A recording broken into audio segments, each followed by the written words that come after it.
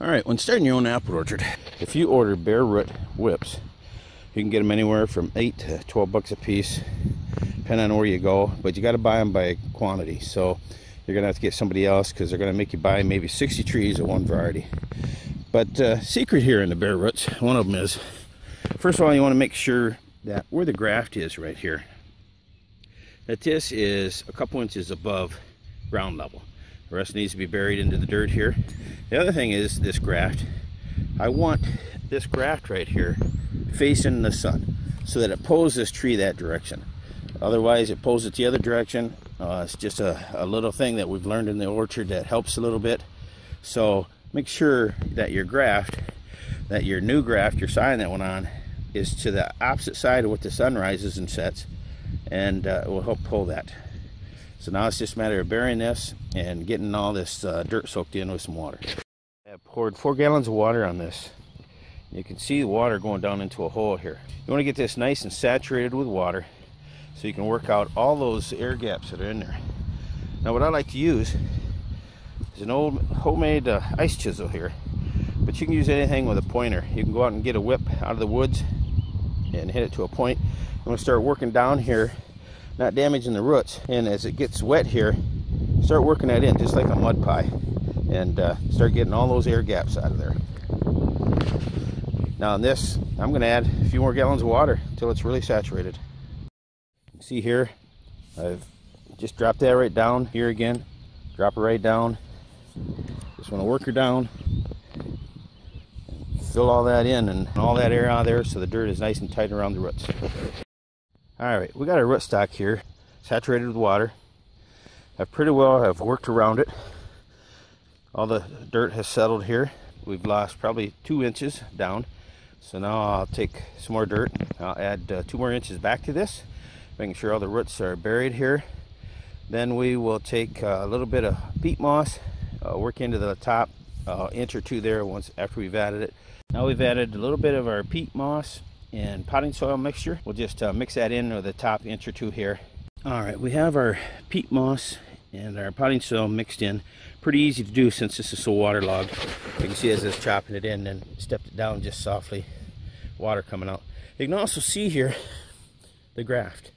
Graft is still above the ground. As this settles, it'll be a good inch or 2 above the ground. That's what we want.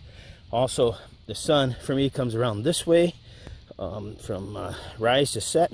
So I want this scion to pull back towards the sun. All right, time to trim this branch back here. Anything damaged, this one's damaged, we're going to take him off. Got one here, it's kind of growing weird. Gonna take him off. What we want to watch is we want to get some good branches going around this tree. It's like this one here. I don't want this branch here, but we'll leave this one come out for now. Got another one here shooting up. Don't need that. Get rid of him. At the top here, we got a couple that are trying to run up. Don't want all these runners here, so we're going to take them off. And same with this one here.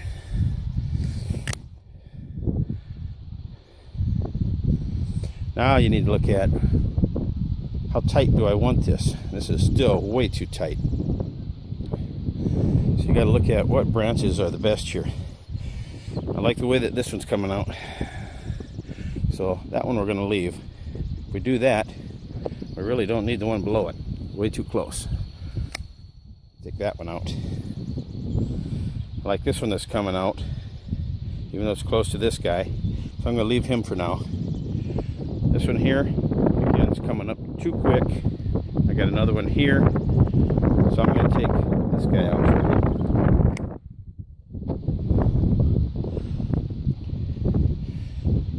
Now we've got a couple here. This one here is a pretty weak one. Don't need him. This one here comes out nice. We're going to take him. And these top ones, we'll let these go for now.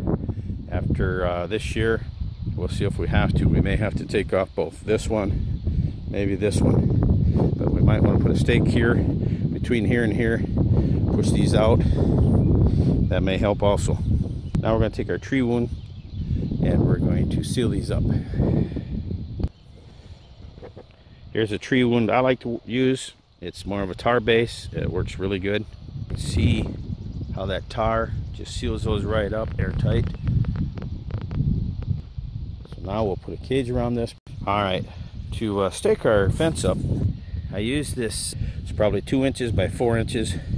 Then I'll use these electric fence posts here. And I'll put 4 around a tree, and then you can weave it in and out of these and bring that fence up as you need. We've got our fence on. You can see how we've taken our post and we weave it through every other one of these grooves here. You can even, if you need a little tighter, twist it around, come back around this one.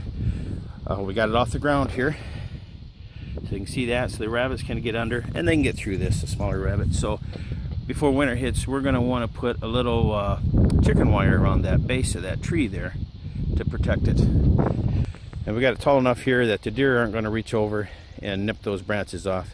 They might get a little bit here and there, but this tree is pretty well protected. This will stay on here now for 3 years. We'll start getting fruit probably in 2 years.